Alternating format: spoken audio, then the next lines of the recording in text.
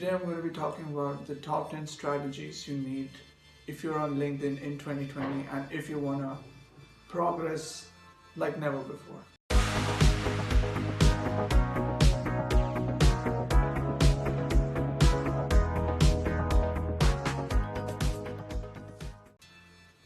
Before we begin, if you don't know what LinkedIn is, it's a professional social networking platform which allows you to make connections with people in your professional world. For example, if you're a doctor, you can make connections with your patients and your doctors, fellow colleagues.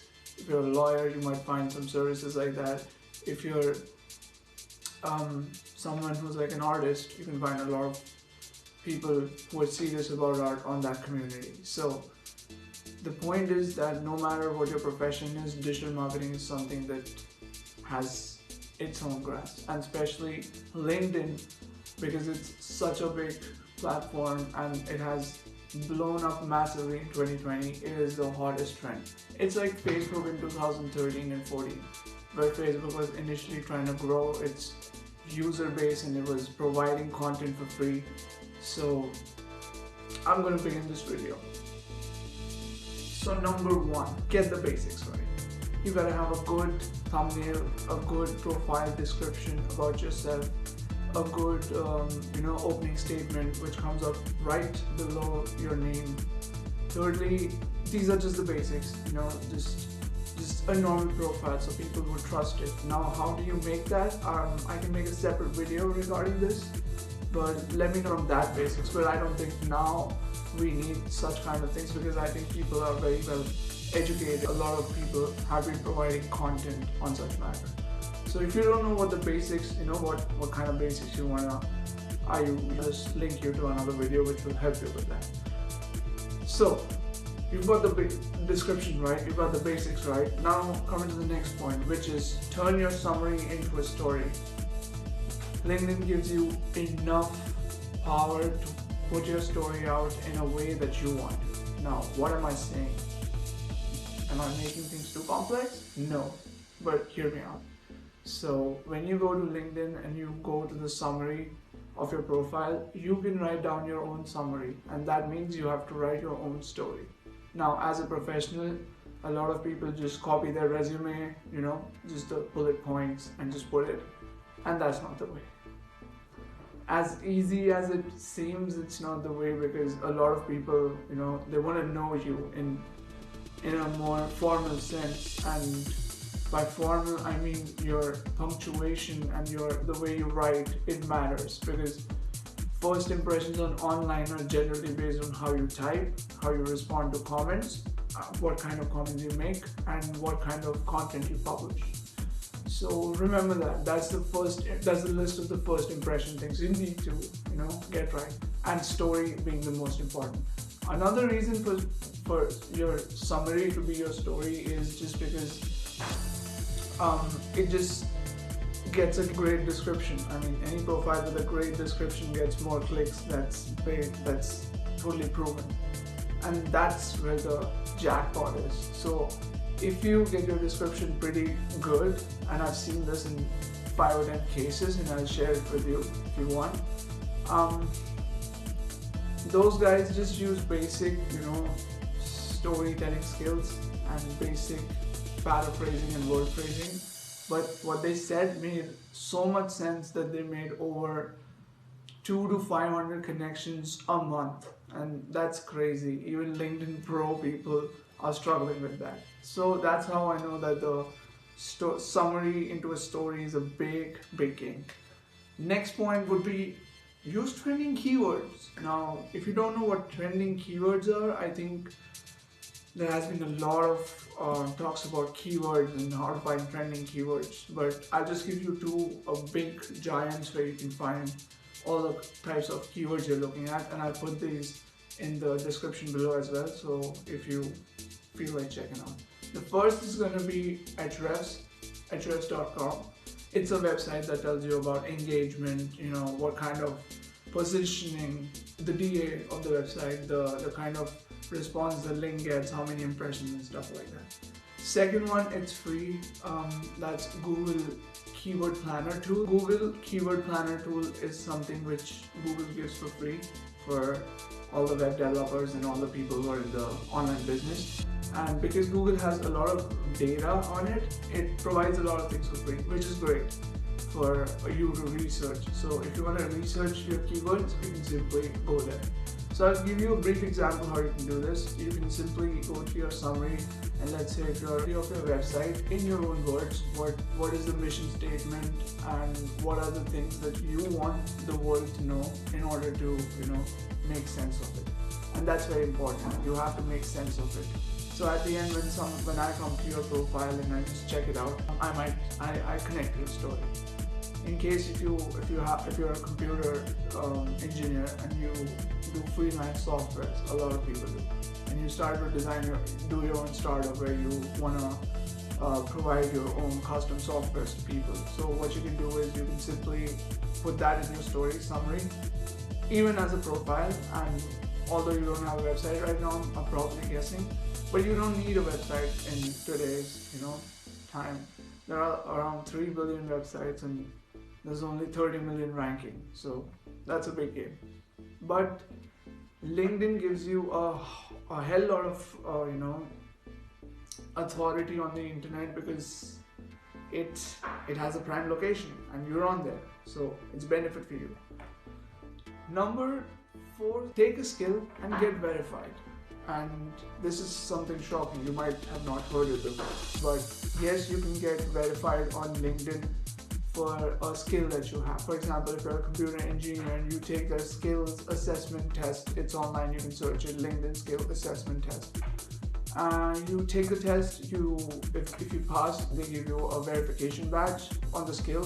So next time someone searches for computer engineer or any skill, digital marketer, they're going to find you because you're verified. And we all know what Instagram verification has done for the world.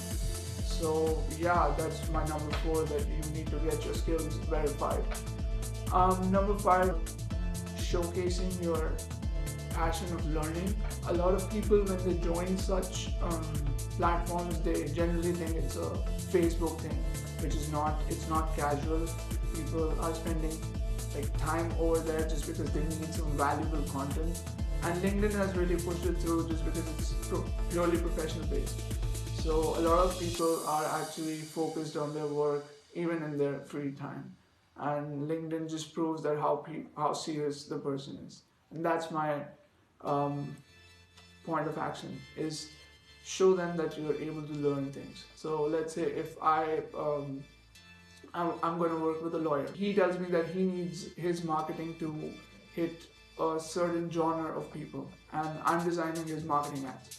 So what I need to do is, because a lot of people don't even think about it twice, they just leave out the interests of the people and they just do whatever they want to do, which is, I've seen a lot of people doing that, and I do not, support that. I think what we need to give out is what the client needs. So when you put your client or your boss or whatever first, and then you think that way, that what he needs is what I need to produce, you do it better. So yeah, passion of learning comes in a lot of parts as well, and you can find your own paths to it. 6th point, be a thought leader. What I mean by being a thought leader is that whenever you put content on internet, and whenever you're putting out some information out there and people are reading it, people are going through it, you are becoming a thought leader. So let's say if I own a digital marketing page and a digital marketing firm, and I produce content which says that here's how you can become influencer, these are the top 10 tips you need for YouTube and stuff like that. It works out because people start reading your content or consuming your content, and if it makes sense to them, they will respond, and that's the beauty of it. So what happens is that when people respond to your content, you just get dopamine in your head. It's a reward system. Basically, your brain rewards you for appreciation by others, which now you will get it. That's why social media is a boon and a bane. So And then you start producing more good content, and that's how you see these people who have been producing good content struggle in their initial time, but then they were consistent about it. They kept going on. They just started providing value out of nowhere, and they did not ask for anything in return, and that's the big point. So try to provide content, like I'm trying to tell you things which people generally pay for. So that's the idea. Number 7 is share relevant content from your feed. I mean, you are browsing through your LinkedIn and you're seeing a couple of posts coming up and you like one of them, so just share it, comment on it, and make your connections understand that this is what you're interested in. Rather than sharing memes and stuff like that. That's perfect. You can share memes and everything, but don't do it from your business account or your professional account. That doesn't look good. And so my next point, publish long-term content which provides value. So by long-term, let's say I put this video out. This is 15 minutes and it has value to you. So that's gonna make sense. Why? Because next time someone wants to search about LinkedIn and get top 10 tricks and tips, I'm gonna show up there just because you got the better information out of me. So when I provide you better information, it's just because that helps me grow. And that's what I want to tell you. If you want to be professionally ahead, you just have to provide information which is required and necessary. And both of them have kind of a formal, addressal to it. So keep that in mind. Just don't go have fun with it, because it's not something which you can have fun. At least on LinkedIn. Facebook, Twitter, just shoot the hoop.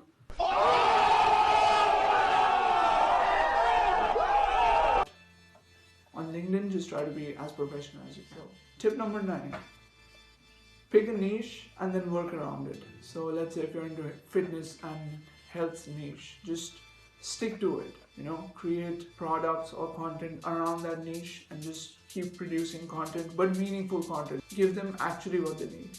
So how can you do that? There are multiple ways. There's blogging, copywriting, moreover, affiliate marketing, ads, but then you have to pay for the ads.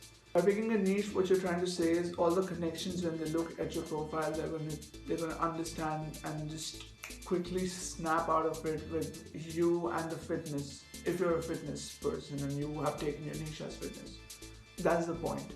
To make the recall back, and that's my point number 10. Always focus on the recall. Always think about how if someone visits your profile or goes through all that, what are they gonna have the end story like? So after I finish reading a book, I generally have a thought about it. After finishing a movie, I generally have a thought about it. After reading through your profile, if I have a thought about it, I'm gonna retain it for a longer period of time. That's the point you hit. So try to do these 10 tips and let me know in 21 days what was your result, because I'm pretty sure that if you really do this, it works, because it absolutely blew up some of my clients' LinkedIn, and it was amazing. It was a feeling that I could do something which was this great and with not that much of a hassle, and I wanted to just share this because I feel a lot of people are struggling with this kind of a perspective on LinkedIn, and that's why this video. So if you like the video, just let me know in the comment section, and you're free to like or subscribe to the channel. I'm just on my journey here trying to give you better marketing tips for the better tomorrow. Until then.